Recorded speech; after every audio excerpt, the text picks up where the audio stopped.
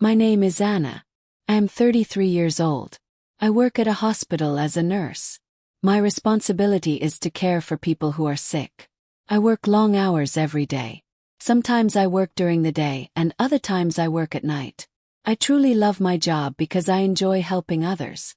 Before last year I was alone. I didn't have a boyfriend and lived by myself. I spent most of my time working and I often felt very tired. After work I used to visit my mother. She lives in a small village. She is elderly, so I like to help her too. My life was quiet and simple. Then one day everything changed. A new doctor joined our hospital. His name is Michael. He is 2 years younger than me. He's 31 years old. He is very good looking. He's tall with brown hair and blue eyes. He always has a warm smile. All the nurses liked him because he was polite and kind-hearted. At first, I believed Michael would never notice me. I'm not very slim, and I consider myself an average woman. I don't wear stylish clothes, and I don't have long, beautiful hair. I didn't think someone like Michael would be interested in someone like me. But then Michael began talking to me. He was always gentle and respectful. He often asked how I was doing and smiled at me every day. I was surprised. I never imagined that someone like him would pay attention to someone like me. One day Michael asked if I needed a ride home. Said yes. He drove me in his car, which was very nice, and we had a long conversation during the ride. We talked about work, our lives, and our families. I felt truly happy speaking with him. He was easy to talk to. After that, Michael started giving me rides home more often. Sometimes he brought me coffee or tea at work. We would sit together in the cafeteria during lunch and have long conversations.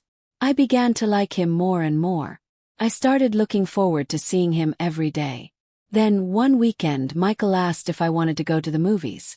We both had the day off, so I said yes. We watched a film together and afterward we went for a walk. We talked for hours. Felt so happy. I thought maybe Michael liked me just as much as I liked him. But then, a few days later, Michael told me something unexpected. He said, "Anna, I need to tell you something. I'm married." I was shocked. I had no idea he had a wife. He never mentioned her, and he didn't wear a wedding ring. Michael explained that he had been married for 5 years. His wife's name is Laura. They don't have any children. He told me he wasn't happy in his marriage. He said they didn't share many interests and didn't spend much time together. They had different interests. Michael told me he enjoyed spending time with me because I made him feel happy. He said he felt relaxed and comfortable around me. He told me I was easy to talk to and he liked being near me. I didn't know what to think. I liked Michael a lot, but I didn't want to create problems. I started thinking deeply.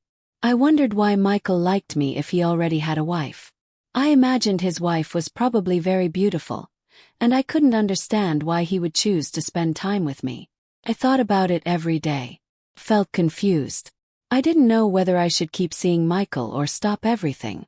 I didn't want to hurt anyone, but I felt happy whenever I was with him. Few days later, something unexpected happened. I went to a large supermarket in the city to buy some groceries. As I walked through the aisles, I heard a voice that sounded familiar. It was Michael. He was talking to someone. I saw him before he noticed me. He was with a woman, and I guessed she was his wife, Laura. Laura was very beautiful. She was tall and graceful. She looked like a fashion model.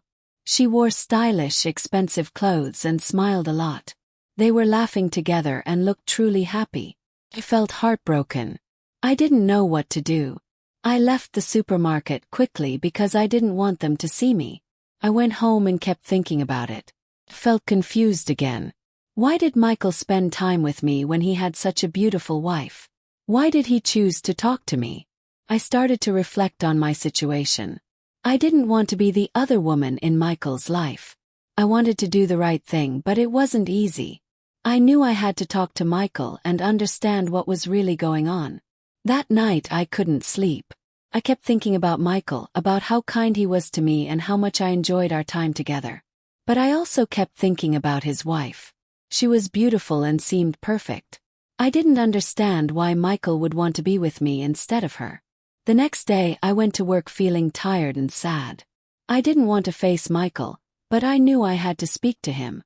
When I saw him, he smiled at me like everything was normal, but I couldn't smile back. I needed answers. "Michael, we need to talk," I said. He looked confused. "What's wrong, Anna?" he asked.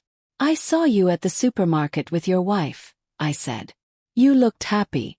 I don't understand why you're spending time with me if things are fine between you and her."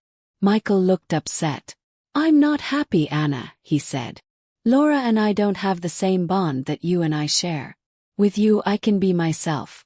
You make me feel alive." I didn't know how to respond. I liked Michael, but I didn't want to be the reason someone's marriage ended. I told him I needed some time and space to think.